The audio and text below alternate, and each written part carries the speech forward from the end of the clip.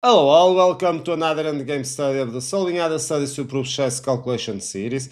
Here we have another composition from the Ukrainian chess composer Sergiy Didukh. This is not the first one. He is a very clever composer. It's white to play and to win. Of course, I suggest you watch the guide if you haven't, so you are better prepared for the practice. Then a 10-minute countdown will start, and in the end, I will catch you up to begin the guided solution.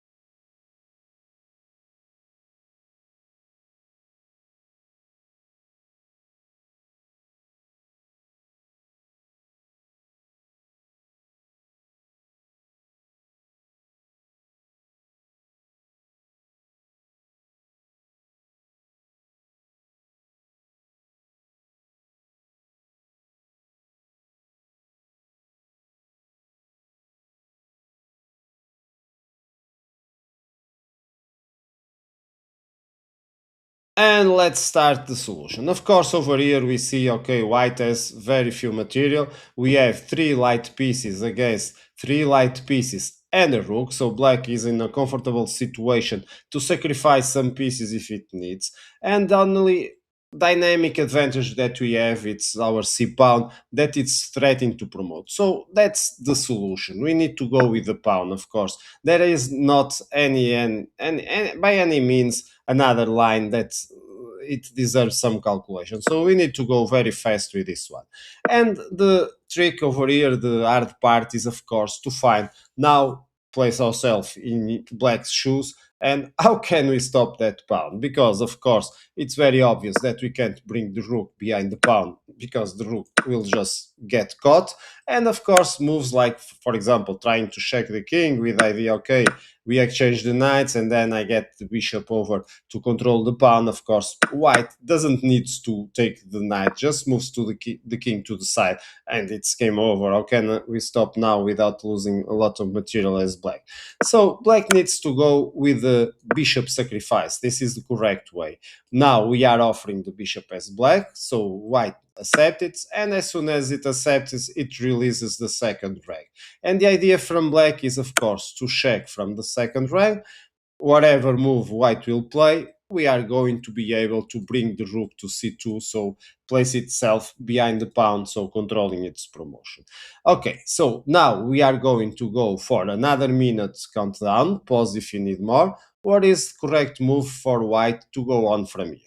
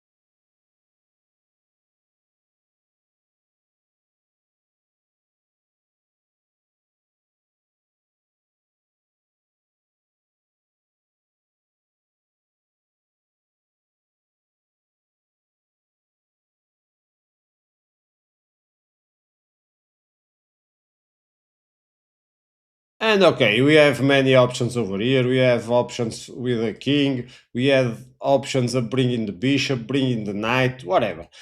Not all are very hard to see. Let's say, for example, we go with the king below. Well, the rook just goes to the c file as we saw. So white now promotes to the queen, but of course the rook now sacrifices, and then we grab another piece as black. So as you can see over here, equal material, not an advantage for white for sure. What else? Another options before seeing the king. Well, let's say we move the knight to uh, block the king from the check. Of course, black over here just goes directly for the c2 square, controlling the c file from behind again. So white promotes, forcing the sacrifice, and in the end, it will be just another check. So as you can see over here, we are checking and forking the bishop. The king moves, and so we grab the piece. And of course, as you see, even material, it's impossible for white to force. So basically, very fast we see, okay, the king needs to go up. Only one is good. Another coin toss, but the wrong one is g3. There are small details over here. I'm just going to show you one line, which is also very important. Let's go with the rook to the c file. Now we promote the pawn to force the sacrifice. Now it's black to play again. So let's take the knight. The king takes back the knight, so we grab the bishop, and as you can see over here, we have even material. And if we don't accept the knight, well, it's not going to work also. So we are going to check that in the end. But let's go then, that because we already saw that this doesn't work, let's go then with the main line, which is to go to h3. And the difference will only become obvious near the end of the solution. So don't worry if you are not seeing the difference between the two. Just trust me on this one. Let's go with h3 first. And so now it's again black to play, and of course we already know what is going to be the main move. It's going to be rook c2. Now we promote the pawn, so black accept it. The knight takes the rook, and now of course black takes our knight, because going with another move like, for example, knight f3, well, the knight just can come, and over here we have a winning position for white. This is not an easy end game, but just remember this, okay? Two light pieces, where one is the bishop against a knight, it's a win. If it was against a bishop, it would be a draw, because here the problem from the knight is it has a very short range, and so basically white pieces can organize it. Notice that if the knight, let's come back just a bit, if the knight goes, let's say, for example, trying to check the king, we go to g4 and then goes to e2. Notice that only the bishop is already controlling several squares. If it comes to b2, for example, it's controlling, and so it's very hard to defend with the knight, almost impossible in this situation. It's a loss. But let me just give you one line with it. Let's go with that. Let's just give one line where the knight tries to approach, but of course it can't take neither the pawn, neither the bishop, so needs to keep going on. We are avoiding the checks from the knight. Notice the restriction. Now we bring our knight, and of course after a while we are going to be able to exchange one of these pieces, and so we get a winning end game with our extra pawn, without black being able, of course, to exchange it. But of course, this is a bit hard, a bit theoretical, so we need to go now for the main line again. The knight takes our knight, and again another minute. Pause if you need more. What is the correct continuation for white on this situation?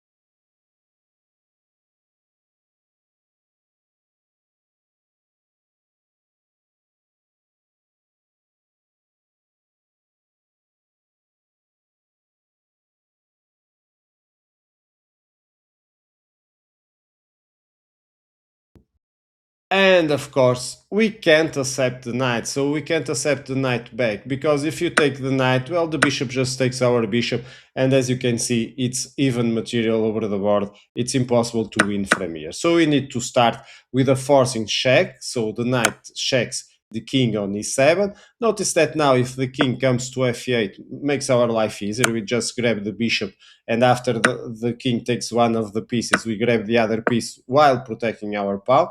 Notice that here we can advance the pawn to g6. Of course, if we take and the king takes, it will be a draw. It will just remain with the knight. So we advance the pawn, and then we just maneuver a bit so the king moves away. And now notice how easy it is to go for a win from here. We just need to promote the pawn. So, but of course, we need to pay attention.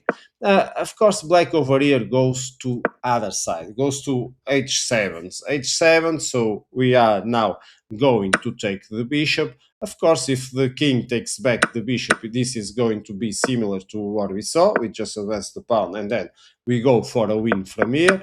But black has a different option and goes for a brilliant try, which is to go with the knight f6, double exclamation mark, brilliant one. So it's white to play. What is the correct move for white to go and keep going for the win?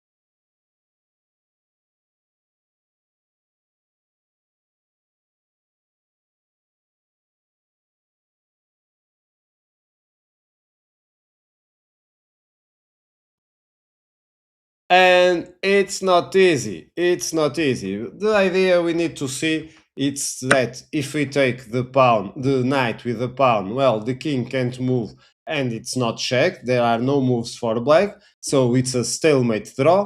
If we grab the knight with the bishop, it's the same thing. The king can't move anywhere and the pawn also can't advance. So it's another stalemate draw. So we are in a very delicate situation. What else? Maybe we can try to go with the bishop to f8. So this is just one option. But of course, now the knight attacks the bishop again. So the bishop needs to move.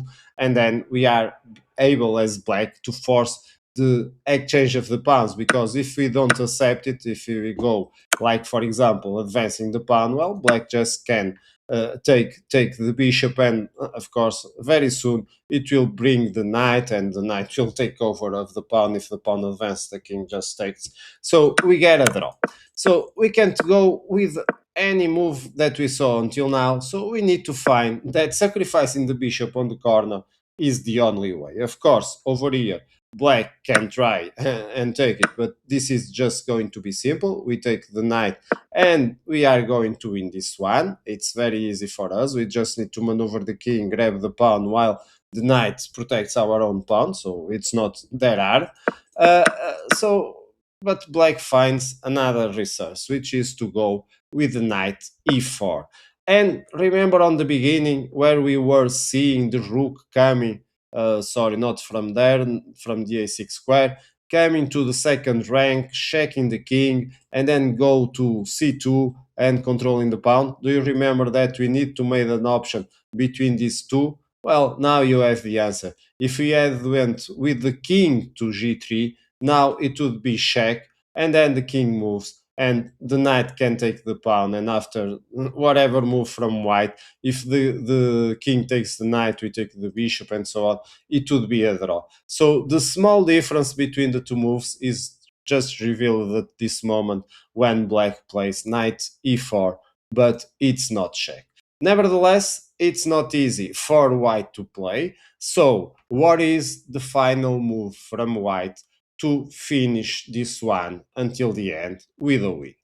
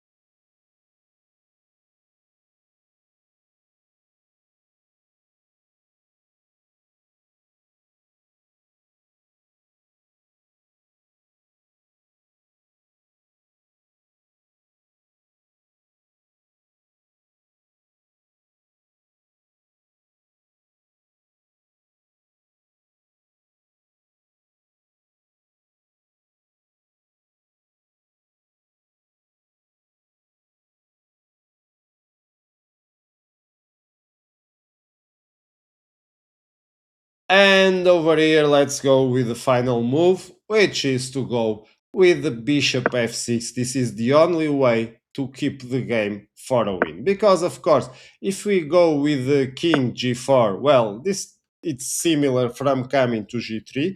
So the king just can take the bishop as after black sacrifice. It's impossible. We just have the knight. It's impossible to win from here. And, of course, removing the bishop for any other square, let's say for example to b2, well, the knight just takes the pawn with check, and notice that now it's impossible. We have two pieces against a pawn and a knight. It's impossible to win. So we need to find, I don't think it's that hard, but we need to find that the only way is to go with the bishop to f6. And of course, the finish now, it's very easy to see. The knight just grabs the bishop, so we take back the knight, and of course the king can't approach. Notice that our knight is very well positioned as controlling the light squares while the pawn controls the other approach. So building a wall impossible for black king to approach. And so now we just need to bring our king, and the idea is similar. We're just going to protect this pawn with the knight, maneuver the king, let's say for example, to grab the pawn from the other side. we have enough tempos to do whatever we want. It's just going to be a win from here. So, as you see from the beginning, the trick over here was to see what are the best moves for the defense to not lose immediately, and we are able to find it. I hope you have enjoyed. As always, I hope to see you also in future videos. So, bye bye and keep checking.